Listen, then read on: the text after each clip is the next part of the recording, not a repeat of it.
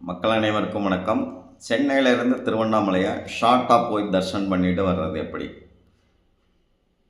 மதியம் சென்னை சென்ட்ரல்லேருந்து கோயம்புத்தூர் கிளம்பக்கூடிய 12679 இன்டர்சிட்டி எக்ஸ்பிரஸில் 2:30 மணிக்கு ஏறினோம்னா காட்பாடி வந்து 4:15க்கு சென்றடைகிறது. இது 130 கிலோமீட்டரை 2 மணி நேரத்தில் போய் சேருது. ரிசர்வ் பண்ணிக்கலாம். 95 ரூபா தான் செகண்ட் சீட்டிங் ஆகுது. இது 4:15க்கு அங்கே இறங்கினோம்னா 4:45க்கு 16853. இது திருப்பதி விழுப்புரம் இன்டர்சிட்டி எக்ஸ்பிரஸ்ஸு. 4:45க்கு காட்பாடியில் எடுத்தாங்கன்னா ஈவினிங் 6:30க்கெல்லாம் திருவண்ணாமலை போயிடும்.